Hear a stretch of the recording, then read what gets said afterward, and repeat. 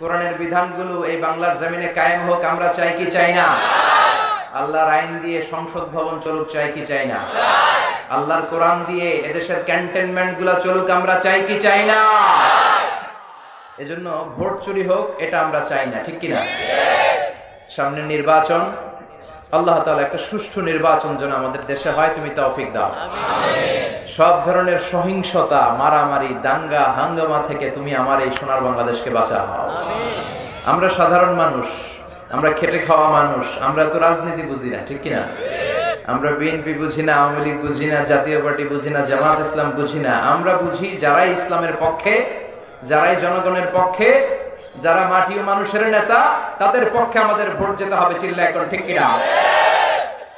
আপনার ভোট এটা আমানত।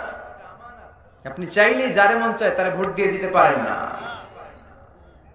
আপনার ভোট যেতে হবে যিনি সৎ, যিনি কোরআনকে ভালোবাসে, যিনি ইসলামকে ভালোবাসে, তার সমর্থনে আপনার ভোট যাওয়া উচিত, ঠিক কিনা?